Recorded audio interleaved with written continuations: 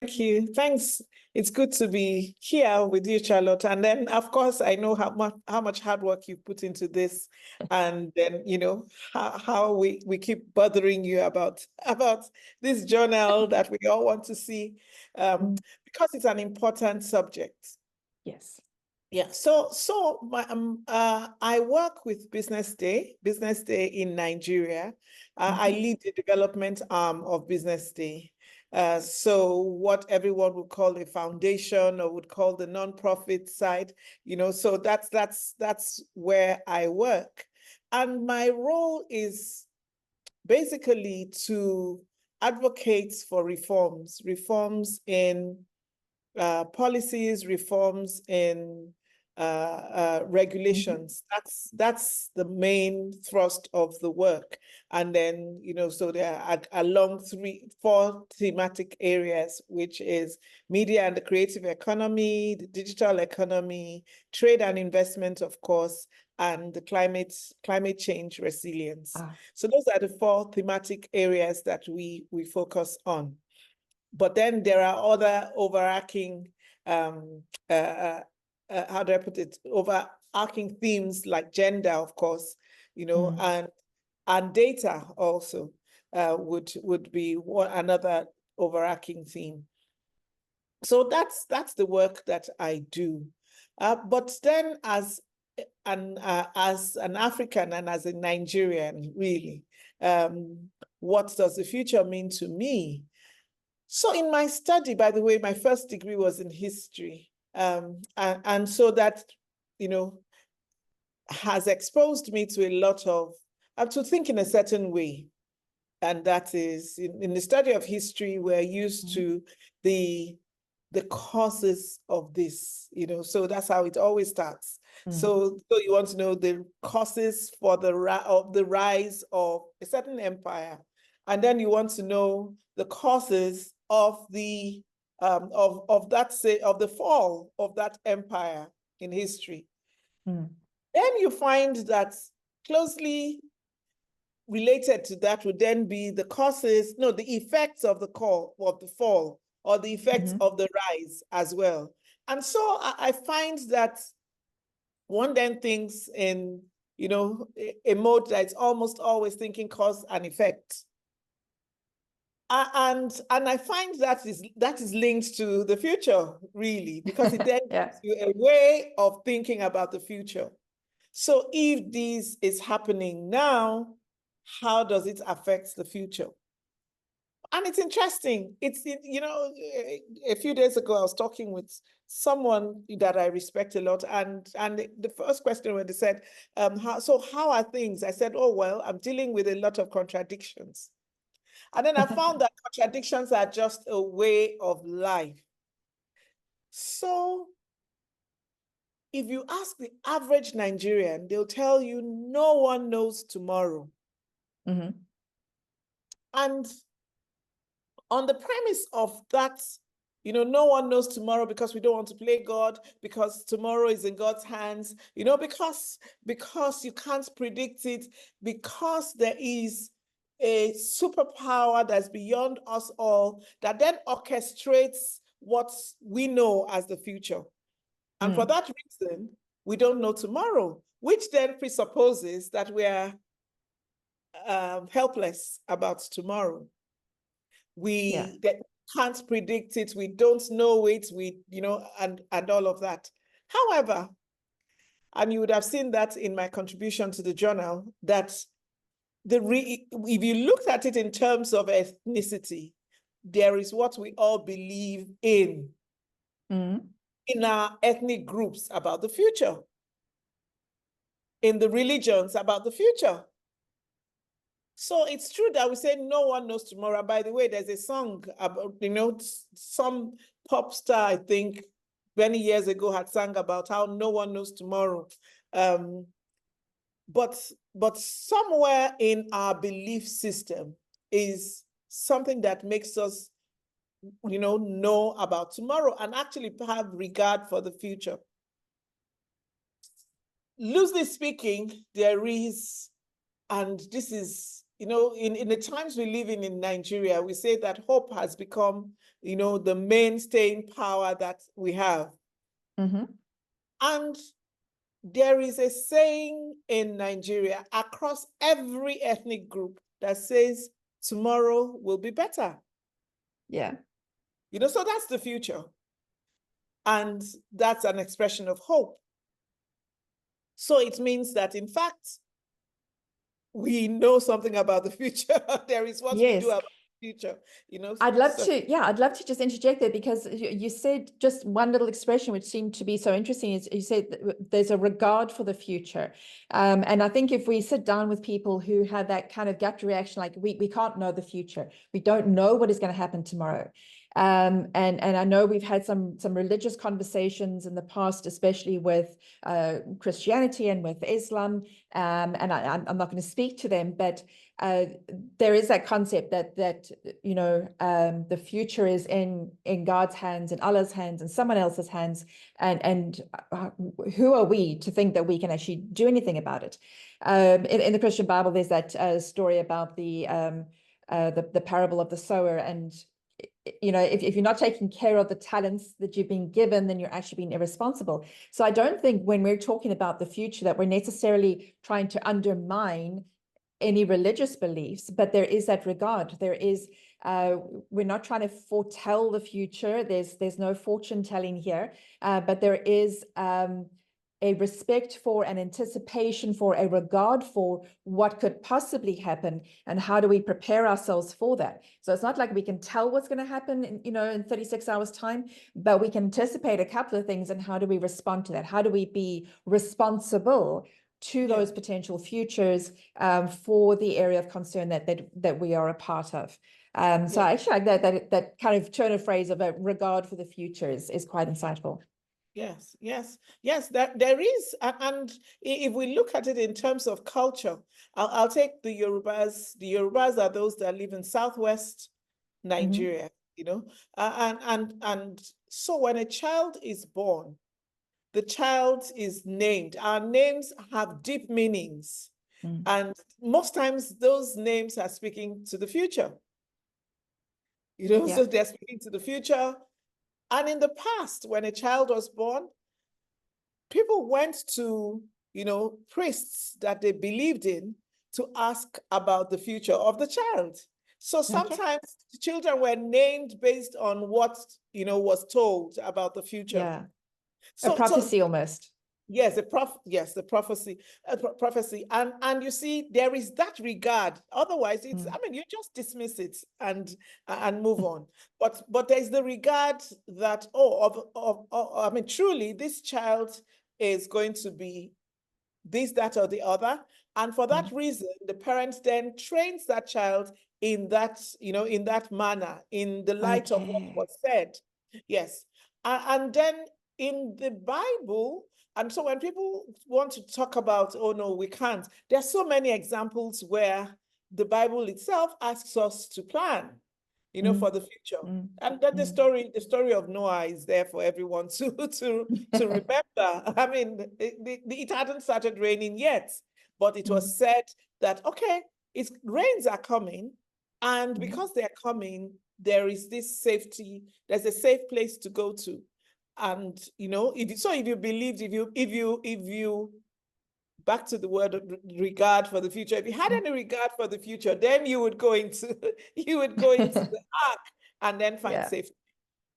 But then talking about planning, and this time I'm even talking in terms of larger contexts that might be governments.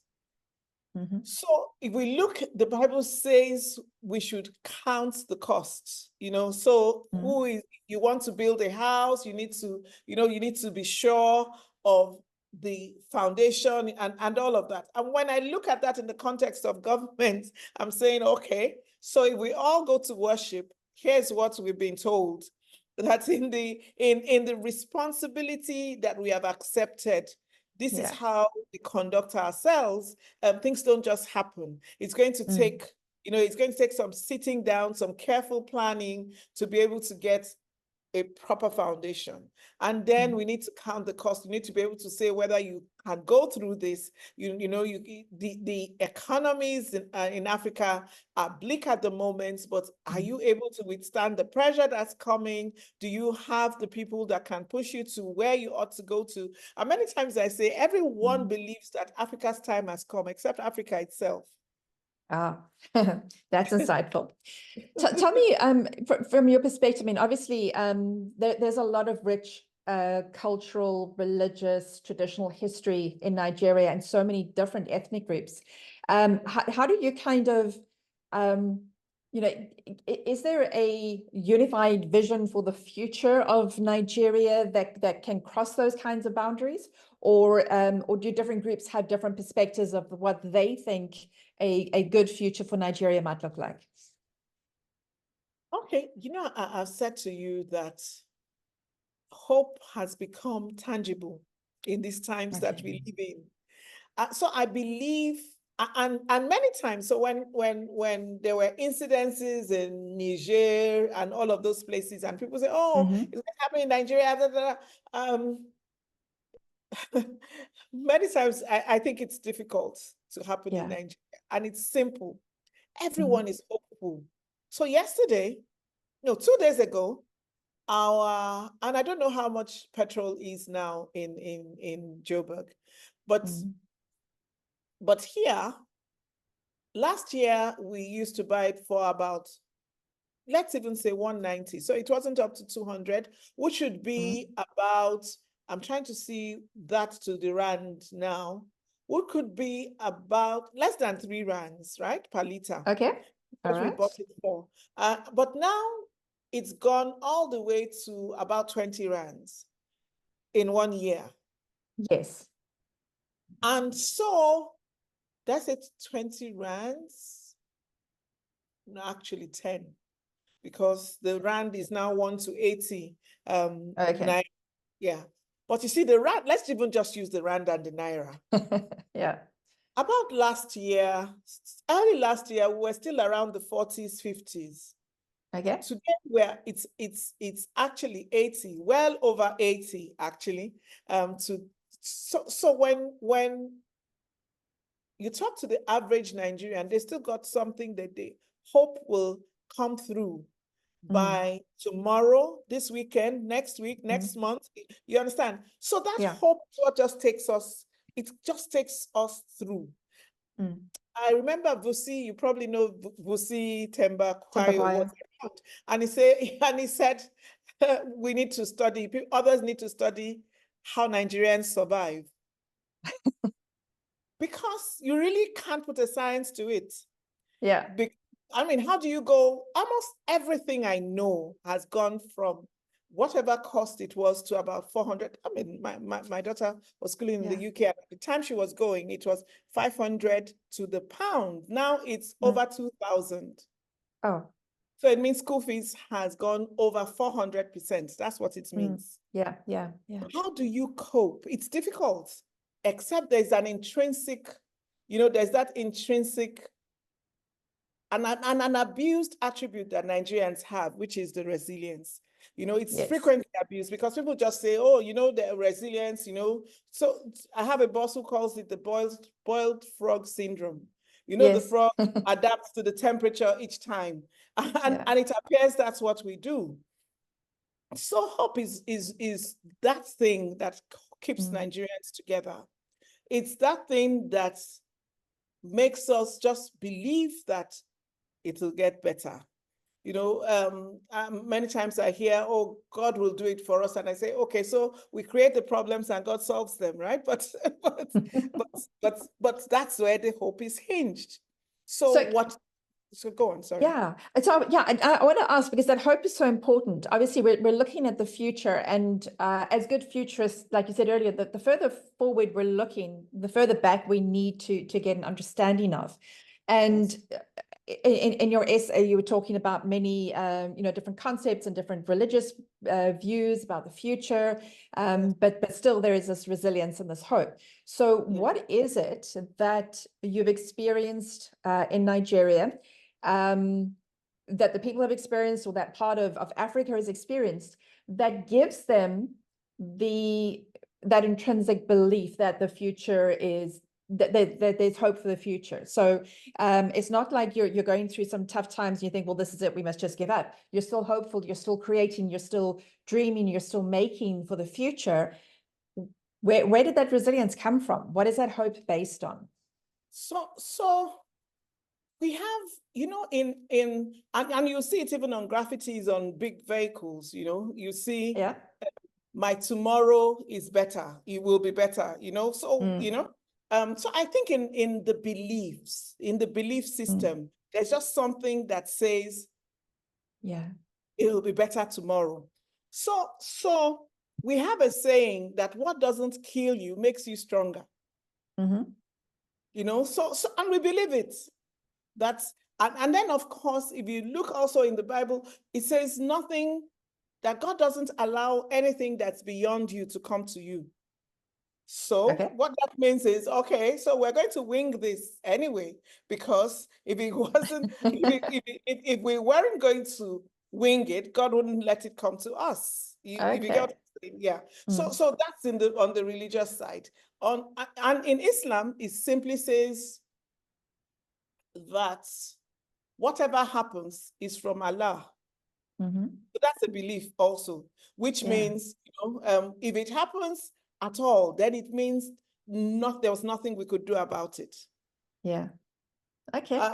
And in the common belief, it is that, oh, things will definitely get better. My tomorrow is better. There are sayings that you'd find someone would say anywhere you go, you know, you would hear it daily. You know, tomorrow is going to be better. No, what doesn't kill you makes you stronger. You know, if you retreat, is to get, you know, and this is quite symbolic. If you see, when animals retreat, they charge, you know, they charge forward stronger. So there are those sayings, even in our local languages, that, you know, even when I retreat, I'm going to charge, you know, forward even stronger. You know, so there are those beliefs that keep Nigerians going. As dear as the things are, people are still hopeful. Okay, that's fantastic. So tell me just kind of as we're heading towards the end here, what is your hope for the future? If you were to prophesy a really good future for Nigeria, for Africa, what would you like to see us doing? What kind of projects should we be involved in? What kind of conversations should we be having? So as a futurist, what are you looking for in the future? Better governance. I think Africa has everything except good leaders, right? So better leaders, yeah. Okay. Better leaders, and also an appreciation of our natural resources.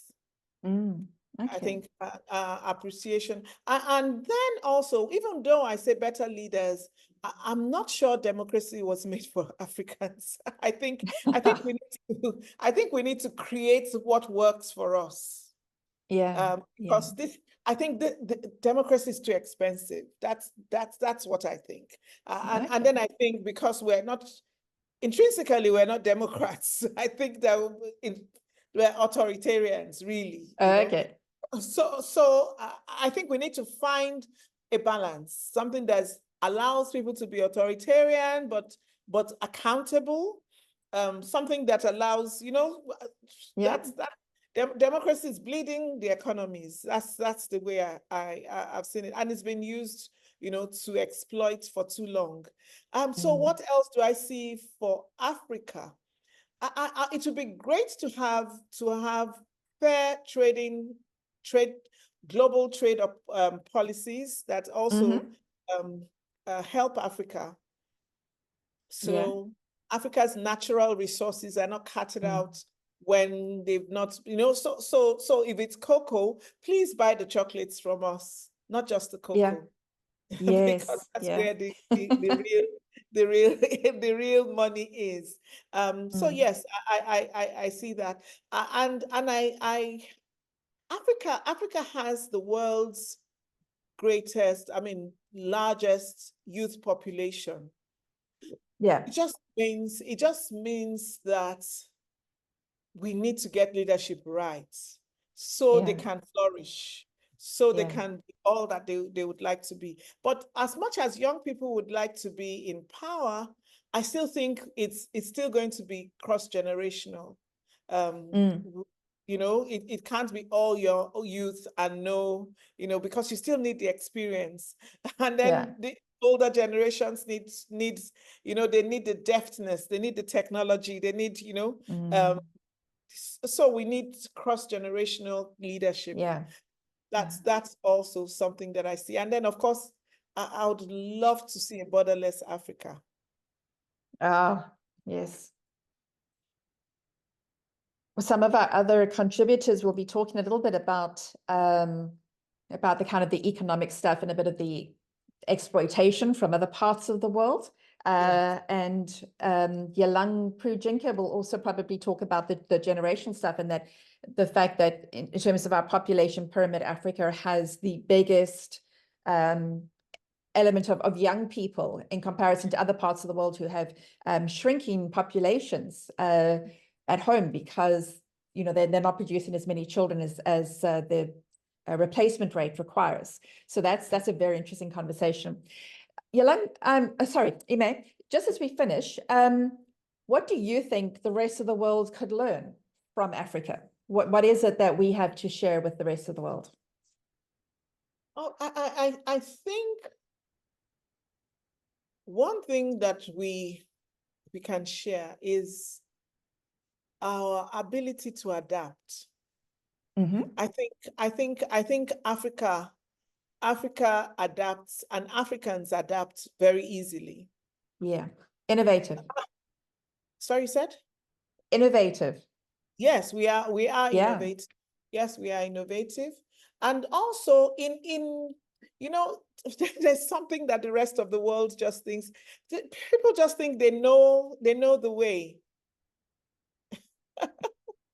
And when I see Africans blazing the trail across the world, I'm hoping that they are listening to them, because it means that because the Africans have gone into those countries, into those, you know, the environment, and learned from the environment. Yeah. But many times people come into Africa and want to, you know, make Africa behave like them. You understand? Yes. So I think it's important that you learn from Africa also. You understand how Africa works. And you don't just come with your prescriptive, you know, because it doesn't always work. I'm sorry about Libya, because as much as it was not a democracy, I had never met a Libyan anywhere, which they were happy in their country. You know, they were happy in their country. There was a way they, you know, at a certain age, you know, there was what they got for being Libyans, and they were comfortable. They had their means, they earned, you know, they were taken care of. It might be unorthodox the way, you know, they were ruled, but they were happy. Today, Libyans are everywhere. And the proliferation of armed and of weapons is traced to that, you know, to that period. So imagine we didn't have that. We probably would have a safer, you know, and less conflicting Africa today. So I think it's important to just pay attention to Africa, see what works, and know how the people work, and what, you know, generally the prescriptions don't work. It's always causes more problems than solutions. Yes. Yeah. Great. Ime, thank you very much for your insights. And like I said, the journal will be published on Monday coming up, and we can share your article along with everyone else's. The real point of these conversations and of the journal is kind of to highlight the work of futurists, the thinking of futurists who are in Africa about Africa. So to your point, that we're not just bringing in concepts and models from other parts of the world and thinking that they will work here. So we want to demonstrate what is being done here, what we could export in terms of wisdom and insights to the rest of the world.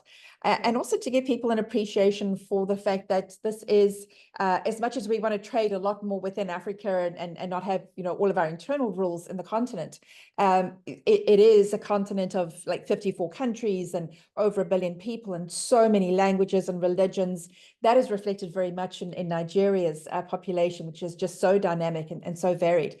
But there really is so much to learn from Africa, and people who encounter 1 or 2 people from Africa and then think that that little bit of insight is how the whole continent is, they're sadly misled and naive about just the huge variety of everything, you know, opinions and wealth and insights and values and everything that is reflected in this continent. But it is an amazing, beautiful continent. It does have amazing, wonderful people doing very creative and innovative things. And people like yourself who are willing to explore, dig a little bit deeper, and then think about how can we actually set things up for the kind of future we're looking for in Africa. So thank you very much for sharing with us today. Thanks, Charlotte. Thanks. Great. So anybody who is watching, keep an eye out on the Futures Alchemist page, and we will mention the website shortly so that you can go and see and download the book, the journal, when it's released. And please do connect with the various contributors like Ime here from Abuja in Nigeria, if you think that you can get any more insight from her about her work. Thank you very much, and we will see you soon. All right. Thank you.